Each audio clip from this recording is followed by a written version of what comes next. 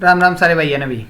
तो यहाँ पे भाई जो हमारे दीपांशु भाई जो कल लाइव आए हुए थे भाई, उन्होंने क्या कहा है कि जो सोमवार को जो भाई स्ट्राइक होगी उससे पहले भी उन्होंने कुछ बातें बताई है भाई। तो जब भी जितने भी स्टूडेंट भाई हैं भाई, इस वीडियो को ध्यान से सुन लेना भाई। तो खुद यहाँ पे दीपांशु भाई ने क्या कहा है भाई, ये मैं आपको सुना देता हूँ और दिखा भी देता हूँ कि यहाँ पे आप देख सकते हो भाई। ये देखो भाई, खुद इनकी खुद की आवाज़ अभी ये मैंने आपके लिए काफ़ी ज़्यादा मेहनत से भाई ये जो वीडियो तैयार की है भाई, क्योंकि यहाँ पे पहले इनका वीडियो हमने देखा कि क्या कह रहे हैं, उसके बाद में मैंने आपके लिए कुरुक्षेत्र विश्वविद्यालय की बात आज हम यहाँ रख रहे हैं, फिर हम उस कहीं से लेकर आए भी, वहाँ से डाउनलोड भी किया, उसके बाद में मैंने आपके लिए यहाँ पे वीडियो बना रहा हूँ भाई। क्योंकि कल देर रात तो मैं ये वीडियो नहीं बना सका था, 300 से और ज्यादा मैं ये वीडियो आप सबके लिए बना रहा हूँ। 300 तो से जितने भाई भी हैं यहाँ पे जो के अंदर लगभग बता रहे हैं दीपांशु भाई 3 लाख से ज्यादा भी कि विद्यार्थी 14 तारीख को, सॉरी सोमवार को यहाँ पे जितने भी साथी हैं भाई, सोमवार को जितने भी साथी हैं 11 बजे से यूनिवर्सिटी के 3 नंबर गेट पे पहुंच जाना। जो चाहता है, जो स्टूडेंट चाहता है कि यहाँ पे एग्जाम है और मैं इसी विश्वविद्यालय की बात ऑनलाइन कंडक्ट करवाई तो जाए, हाल में ही इसी सोमवार को 11 बजे इतने छात्र पहुंच जाने चाहिए भाई और पीजी कोर्स की परीक्षाएं जो विषय है वो देखने लायक हो कि यहाँ पे इतने सारे स्टूडेंट एक साथ इकट्ठा कैसे हो गए भाई। और वो तो ये भाई वीडियो सभी साथियों तक पहुंचा दो भाई, आप तक के लिए संडे तक का टाइम है, क्योंकि मंडे को सुबह ही घर से निकल लेना, हर घर से एक स्टूडेंट जरूर पहुंचना चाहिए भाई 3 नंबर गेट पे। और बाकी आप दीपांशु क्या कह रहे हैं वीडियो में आप सुन भी सकते हो। दिन के अंतराल के अंदर 20 फरवरी और 1 मार्च के अंदर 10 दिन भी पूरे नहीं, 9 दिन के अंतराल के अंदर क्यों कुरुक्षेत्र विश्वविद्यालय प्रशासन इस बात पर अड़ा हुआ है कि वो बाकी जितने कोर्स और जो कॉलेज के विद्यार्थी हैं उनकी परीक्षाएं ऑफलाइन मोड में लेगा। आज इन्हीं बातों को लेकर मैं आपसे फेसबुक लाइव करने आया हूं। मैं यूनिवर्सिटी प्रशासन से और कुरुक्षेत्र विश्वविद्यालय के वाइस चांसलर से यह सवाल पूछता हूं, कितने लाख विद्यार्थियों के साथ वो ऐसा भेदभाव क्यों कर रहे हैं? क्यों नहीं इन विद्यार्थियों को भी उन विद्यार्थियों की तरह, जैसे पहले विद्यार्थियों से ऑनलाइन परीक्षा ली गई वैसे ही इन विद्यार्थियों से क्यों नहीं ऑनलाइन परीक्षाएं ली जा रही? क्यों इन इतने लाख विद्यार्थियों के साथ आज यूनिवर्सिटी प्रशासन, वाइस चांसलर जो है वो भेदभाव कर रहा है? ये मैं सवाल इस फेसबुक माध्यम से, आपके माध्यम से यूनिवर्सिटी प्रशासन से पूछता हूं। और हां, मैं आज यहां पर यूनिवर्सिटी प्रशासन को भी जवाब दूंगा कि क्यों हरियाणा का विद्यार्थी या क्यों एनएसयू हरियाणा या क्यों कुरुक्षेत्र विश्वविद्यालय के कॉलेज का एक एक छात्र ऑनलाइन परीक्षा करवाने के जो है फेवर में है। वो क्यों चाहता है कि हरियाणा के जो कुरुक्षेत्र विश्वविद्यालय के कॉलेजों और कैंपस की परीक्षाएं वो ऑनलाइन माध्यम से हो? मैं उसके भी जवाब आपके बीच में दूंगा। उसमें सबसे पहला पॉइंट मैं रखना चाहूंगा, आज हमारे देश के अंदर, हमारे प्रदेश के अंदर कोरोना के हालात कोई सुधरे नहीं है। दिन प्रतिदिन कोरोना के जो मरीज हैं या कोरोना का जो आंकड़ा है वो दिन प्रतिदिन बढ़ता जा रहा है। और अगर मैं वैक्सीनेशन की बात करूं, जो केंद्र सरकार ये ढिढोरा पीट रही है कि वैक्सीनेशन आ गई, तो हरियाणा सरकार या कुरुक्षेत्र विश्वविद्यालय प्रशासन पहले यह सुनिश्चित करे कि हरियाणा के अंदर जितने कॉलेजों के अंदर विद्यार्थियों की परीक्षाएं होंगी, अगर वो ऑफलाइन मोड में ली जाए तो पहले एक एक विद्यार्थियों को कोरोना की वैक्सीनेशन लगे। तो इसका जवाब भी कुरुक्षेत्र विश्वविद्यालय के जो वाइस चांसलर साहब हैं, इसका जवाब भी आप दीजिए। दूसरी बात मैं रखूंगा, एक कोर्स के, मैं आपको बड़ा टेक्निकल पॉइंट समझाना चाहूंगा, पोस्ट ग्रेजुएशन कोर्स के कैंपस के स्टूडेंट्स जिनके एग्जाम ऑनलाइन माध्यम से हो चुके हैं, अब उसी कोर्स के जो कॉलेजों में पढ़ रहे हैं, जो एफिलिएटेड कॉलेजेस में पढ़ रहे हैं, सेम कोर्स और साथ में भाई यहाँ पे वीडियो शेयर करते रहे जितने भी साथी इस वीडियो को देख रहे हैं भाई, ऑफलाइन मोड में लेना चाह रहा है। कि वीडियो आज का थोड़ा वीडियो भाई थोड़ा लंबा होने वाला है भाई, क्योंकि यहाँ पे जो दीपांशु भाई ने जो बात कही है भाई, सारी सभी साथी से पहले ध्यान से सुन लें और इसके बाद में वीडियो को शेयर करें भी। और साथ में यदि आपका कोई ग्रुप है तो वहाँ पर भी आप इसे शेयर कर सकते हैं भाई, जितने भी साथी इसे वीडियो को देख रहे हैं भाई। तो सारे भाई वीडियो ने जम के लाइक कर दो और जम के शेयर कर दो भाई, क्योंकि हर बच्चे के पास आवाज पहुंच जानी चाहिए भाई। और बच्चे नहीं भाई, वीसी तक भी आवाज पहुंच जानी चाहिए कि यहाँ पे भाई जो सोमवार को यहाँ पे भी 11 बजे यहाँ पे बच्चे पहुंच रहे हैं, कॉलेजेस के स्टूडेंट्स हैं, उनसे कैसे बात की जाएगी भाई, इसी को भी सोचना पड़ेगा इस मैटर पे। यहाँ पे भाई सभी साथी वीडियो ने लाइक जरूर कर देना और चैनल पे पहली बार आए तो चैनल सब्सक्राइब भी जरूर कर देना भाई, क्योंकि आप सबके लिए इतनी मेहनत कर रहे हैं भाई, आपका एक सब्सक्राइबर हमें मोटिवेट कर देता है भाई। और ऐसे ना जाने और सारे कितने भाई अंडर दीपांशु भाई ग्रेजुएशन का साथ कोर्सेज दो भाई, हैं और जितने जिनके भी विद्यार्थी कुरुक्षेत्र विश्वविद्यालय अलग के जो कैंपस भाई और अलग कुरुक्षेत्र जो संगठन है विश्वविद्यालय वो से भी यहाँ पे affiliated कितने छात्रों के साथ colleges में मिलकर आए भाई। स्टूडेंट्स पढ़ रहे ये हैं, चाहे वो अकेले हमारी पानीपत आवाज की बात नहीं है करो, भाई, करनाल की आपको बात भी आवाज करो, उठानी चाहिए हमारे कुरुक्षेत्र की लिए, बात करो, अम्बाड़ा की जितने बात भी करो, सभी कैथल की स्टूडेंट बात के लिए करो। भाई। और बाकी हरियाणा जो के दीपांशु अंदर भाई क्या कह रहे 300 हैं से ज्यादा यहाँ पे कॉलेजेस सुन के सकते हैं। विद्यार्थी जो अंडर ग्रेजुएशन कोर्सेज में पढ़ रहे हैं, आज उनके ऊपर ये तलवार लटक रही है, उन पर ये सवाल खड़ा हो गया है। अब मैं चौथे पॉइंट की बात करूंगा, हॉस्टल की बात। वाइस चांसलर साहब नोटिफिकेशन में कहते हैं कि विद्यार्थियों को हॉस्टल दिया जाएगा। मैं वाइस चांसलर साहब की नॉलेज के लिए एक बात कहूं, 80% विद्यार्थी कुरुक्षेत्र यूनिवर्सिटी कैंपस के अंदर हॉस्टल के अंदर रहता है। और अगर आप सोशल डिस्टेंसिंग की बात करो तो यूनिवर्सिटी के पास इतने रिसोर्सेज नहीं है कि वो यूनिवर्सिटी के विद्यार्थियों को एक विद्यार्थी को एक कमरा दे सके। और अभी तो बात मैंने सिर्फ कैंपस की करी। वीसी साहब, आपकी जिम्मेवारी सिर्फ कैंपस तक नहीं है, आपकी जिम्मेवारी हर एक उस विद्यार्थी से है जिसका एडमिशन कुरुक्षेत्र विश्वविद्यालय के एफिलिएटेड कॉलेज में है। क्या वाइस चांसलर साहब यह गारंटी लेंगे कि जो विद्यार्थी उन कॉलेजों में पढ़ रहा है, क्या उनको हॉस्टल दिलवाने की फैसिलिटी की गारंटी वीसी साहब लेंगे? क्योंकि कई कॉलेजेस तो ऐसे हैं जहां पर हॉस्टल की फैसिलिटी नहीं है। जब समय ठीक था, जब कोरोना जैसी महामारी हमारे देश में, हमारे प्रदेश में नहीं थी, उस समय विद्यार्थी अपने पीजी लेके कैसे ना कैसे गुजारा कर रहे थे। परंतु आज के हालात ऐसे हैं कि कोई पीजी नहीं दे रहा है, तो वो लोग आके अपना जो रहना है, अपना जो खाना पीना है, वो किस तरीके से सुचारू रूप से कर पाएंगे, इसका जवाब भी माननीय वीसी साहब दें। अब मैं बात करूंगा ट्रांसपोर्टेशन की। इस बारे में मेरे को कोई ज्यादा बड़ी बात करने की जरूरत नहीं है। हरियाणा रोडवेज का और हरियाणा सरकार का जो परिवहन डिपार्टमेंट है, ट्रांसपोर्ट डिपार्टमेंट है, इसके बारे में किसी को कहने की आवश्यकता नहीं है, उसके बारे में सभी को मालूम है। और सिर्फ हरियाणा के अंदर, हरियाणा का नहीं अपितु दूसरे प्रदेशों से आकर भी विद्यार्थी हरियाणा में पढ़ रहे हैं। और मैं कहूंगा कि दूसरे देशों से आकर हरियाणा के अंदर स्टूडेंट्स अलग अलग कॉलेजेस में, अलग अलग यूनिवर्सिटी में पढ़ रहे हैं। तो उसका इंतजाम अगर वीसी साहब कर सकें तो वीसी साहब आके जवाब दें। अब मैं बात करूंगा, जो वीसी साहब ये कहते हैं कि अगर कोई विद्यार्थी, मैं ये कन्वर्सेशन इसलिए बाई डायरेक्शन रख रहा हूं कि किसी को कोई डाउट हो तो वो क्लियर हो जाए, या मेरी अगर आवाज प्रशासन तक जा रही है तो प्रशासन भी इन सवालों के जवाब के लिए तैयार रहेंगे। अब वीसी साहब कहते हैं कि जो विद्यार्थी अगर परीक्षा ना दे पाए तो उसे हम एक चांस और देंगे परीक्षा देने का। मैं वीसी साहब से पूछना चाहूंगा, जो परीक्षाएं आप मार्च के महीने में ले रहे हैं, वो परीक्षाएं अगर सामान्य हालात होते तो वो दिसंबर में हो जानी चाहिए थी। वो परीक्षाएं आप मार्च में ले रहे हैं, उनके रिजल्ट्स कब आएंगे? और उसके बाद इवन सेमेस्टर वो कब होगा? क्या अगस्त सितंबर में जाकर हमारा सेशन खत्म होगा?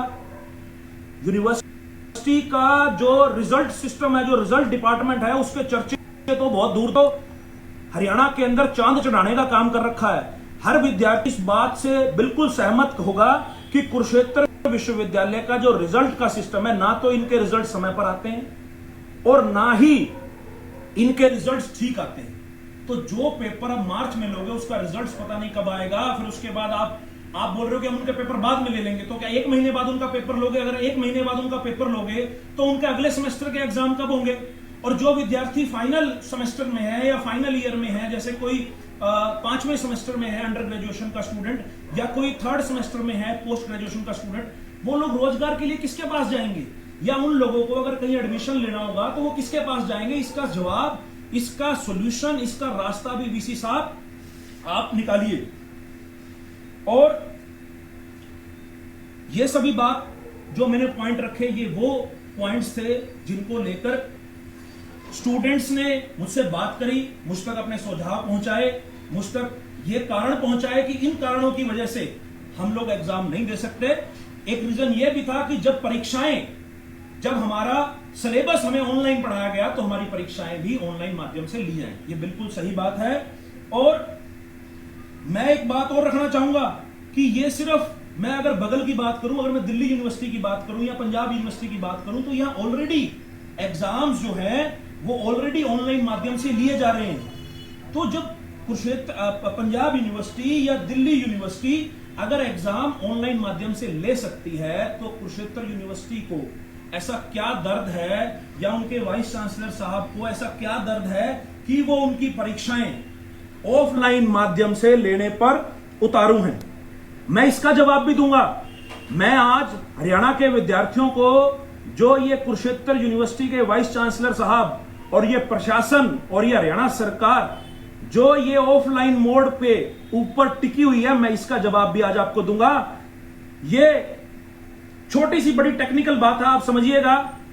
अगर आप ऑनलाइन एग्जाम्स देते हैं तो आपको अपना पेपर लिखकर उसकी पीडीएफ बनाकर एक ईमेल आईडी पर आपको भेजनी होती है। अगर आपके पेपर ऑफलाइन हो गए तो आपके पास ये रिकॉर्ड नहीं रहेगा। अगर मैंने पेपर ऑनलाइन दिया तो मेरी एक जो शीट है वो जाएगी चेक होने और उसका रिकॉर्ड मेरे पास रहेगा कि ये रिकॉर्ड देखो जी, मैंने ये पेपर दिया था, मैंने 5 में से 4 क्वेश्चनों के मैंने आंसर दिए थे। परंतु अगर ऑफलाइन हुआ तो आपके पास आंसर शीट नहीं होती, आंसर शीट आपको वहीं जमा करानी होती है। ये इन लोगों का, ये इस वाइस चांसलर का, ये कुरुक्षेत्र विश्वविद्यालय प्रशासन का गोरख धंधा है। ये लोग चाहते हैं कि आप लोग ऑफलाइन एग्जाम्स दें और उसके बाद जिस तरीके से ये पहले विद्यार्थियों की नाजायज रीअपियर्स देकर उनसे पैसे ऐंठने का काम करते हैं, उनसे वसूली करने का काम करते हैं, इनका ये गोरख धंधा बंद हो जाएगा।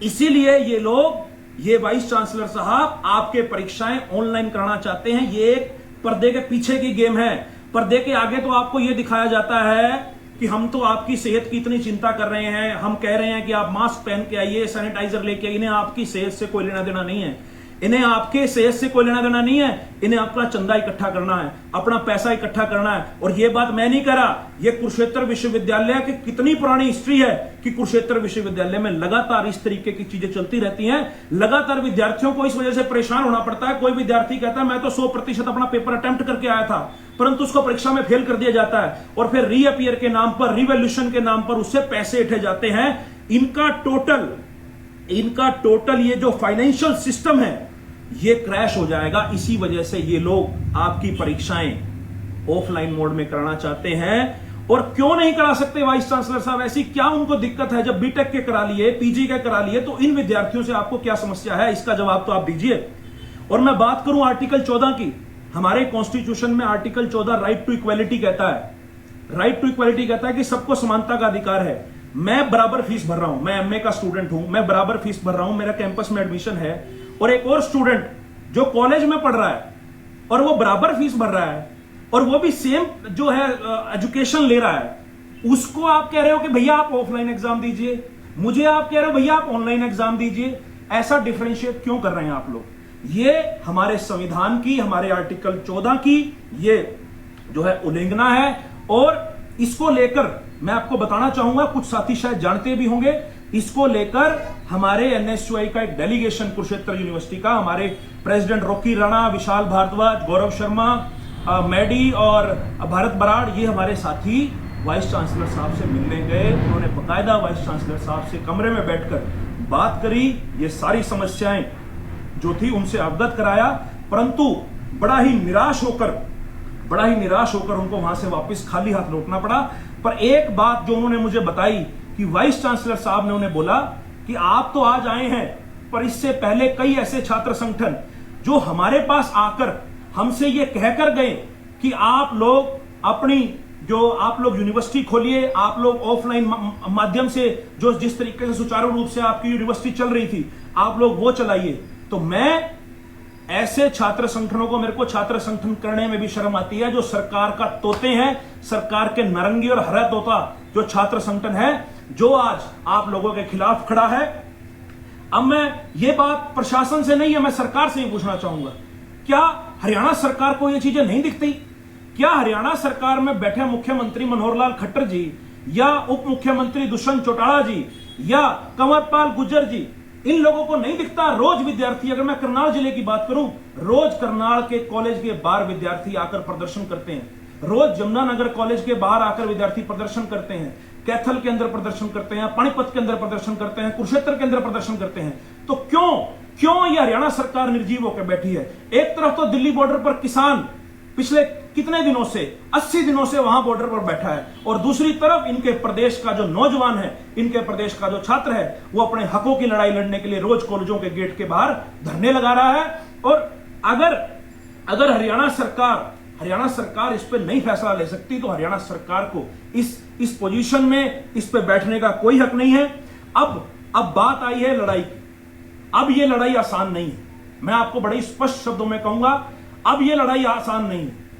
एक तरफ वाइस चांसलर, विश्वविद्यालय प्रशासन, सरकार और सरकार के तोता छात्र संगठन, और दूसरी तरफ आप खड़े हो।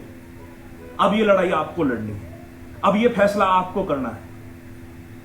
मैं आपके साथ हूं, हमारी टीम एनएसयू हरियाणा की पूरी आपके साथ है, परंतु ये फैसला अब आपको लेना है।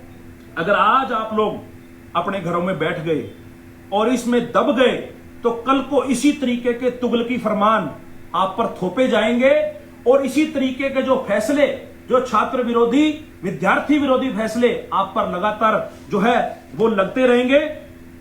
मैं अकेला या मेरी टीम अकेली कुछ नहीं है, मेरे अकेले के बस की कोई बात नहीं है। अगर आप लोग इस लड़ाई को लड़ना चाहते हो, तो आप लोगों को घर से बाहर निकलना पड़ेगा, आप लोगों को सोशल मीडिया पर आना पड़ेगा, आप लोगों को इस सरकार के खिलाफ ये लड़ाई लड़नी पड़ेगी, और इस सरकार को, इस वाइस चांसलर को, इस प्रशासन को, इस सिस्टम को आपको नंगा करना पड़ेगा। तभी ये यूनिवर्सिटी प्रशासन आपकी बात सुनेगा और हमारी बात सुनेगा। और ये कोई नई बात नहीं है, कोरोना के टाइम पे 4 बार हरियाणा सरकार को घुटने पे लाने का काम आपकी ताकत और हमारे सहयोग से हमने करा है, आगे भी हम करेंगे। परंतु मैं इस बार आपको इसलिए बार बार कह रहा हूं कि इस बार आप लोगों को घर से निकलने की जरूरत है। अगर आप सोचो कि एनएसयू हरियाणा की टीम या जो लोग अभी सड़कों पर है, कॉलेजों के गेट के बाहर हैं, उनके सिर्फ एफर्ट से ये फैसला बदल जाएगा, तो मैं उस चीज का सपोर्ट नहीं करता, ना ही मैं आपको उस चीज का आश्वासन दूंगा। परंतु एक बात का आश्वासन मैं आपको 100% दे सकता हूं कि अगर एक एक विद्यार्थी कॉलेजों से उठकर इस सरकार के खिलाफ एक स्वर में अपनी आवाज बुलंद करे, तो 100% हम इस सरकार को घुटने पर लाने का काम करेंगे और इस फैसले को बदलवाने का काम करेंगे। मैं अब आप लोगों के ऊपर डिपेंड हूं। अगर आप लोग मेरी बात से सहमत हो, अगर आप लोग जो मैंने फैक्ट आपके सामने रखे, आप इस बात से सहमत हो, तो आप लोग मुझे बताइए। अगर आप लोग इस लड़ाई को लड़ने के लिए तैयार हैं, तो मैं आपके साथ खड़ा हूं। प्रशासन द्वारा अगर कोई भी ऐसी बात हुई, तो आपसे पहले एक कदम मैं आगे खड़ा रहूंगा, वो चीज मैं अपने ऊपर लूंगा, आपके ऊपर कोई ऐसी बात नहीं आने देंगे। परंतु उसका जवाब आपको आज देना पड़ेगा। मैं अभी लाइव फेसबुक के माध्यम से आपसे दरखास्त करता हूं कि आप सभी साथी मेरे को कमेंट बॉक्स में अभी मौके पर ही फैसला हो जाए कि आप लोग इस लड़ाई को जिस तरीके से मैंने बताया लड़ने के लिए तैयार हैं या नहीं। अगर तैयार हैं तो मुझे कमेंट बॉक्स में अभी बताइए, मैं 2 मिनट का पॉज लेके उसके बाद अपनी बात आगे रखूंगा। आपसे अनुरोध है कि अगर आप इस लड़ाई को लड़ने के लिए तैयार हो, तो आप अभी कमेंट बॉक्स में अपने कमेंट्स दीजिए, ताकि आगे की रूपरेखा रणनीति हम बना सके।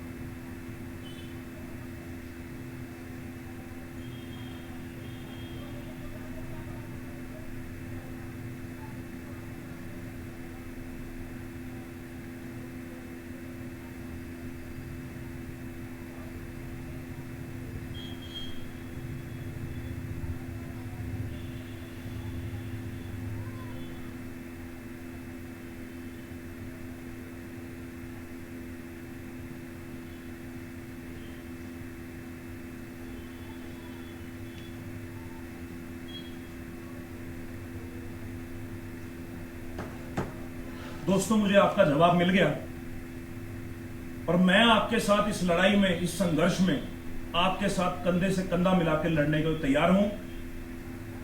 और जिस प्रकार के आपके कमेंट आ रहे हैं, मेरा हौसला बढ़ाने का काम कर रहे हैं। मैं आपसे इस फेसबुक लाइव के माध्यम से आह्वान करता हूं, सोमवार 15 फरवरी सुबह 11:30 बजे एक एक साथी अलग अलग जिलों से उठकर कुरुक्षेत्र विश्वविद्यालय के गेट नंबर 3 पर पहुंचने का काम करो और इस वीसी को, इस घमंडी अहंकारी अड़ियल वीसी को, इसके फैसले को बदलवाने का काम करो। मैं आपसे एक दरखास्त और करूंगा, सभी साथी अलग अलग कॉलेजों के बाहर प्रदर्शन रहे हो, कई कॉलेजों के प्रिंसिपल है उन्होंने लेटर भी आगे वाइस चांसलर को फॉरवर्ड किया है, पर वाइस चांसलर इस सरकार के कानों पर जू नहीं रेंग रही। अब लड़ाई सीधी कुरुक्षेत्र विश्वविद्यालय के वाइस चांसलर से, हमारी लड़ाई विश्वविद्यालय के कॉलेजों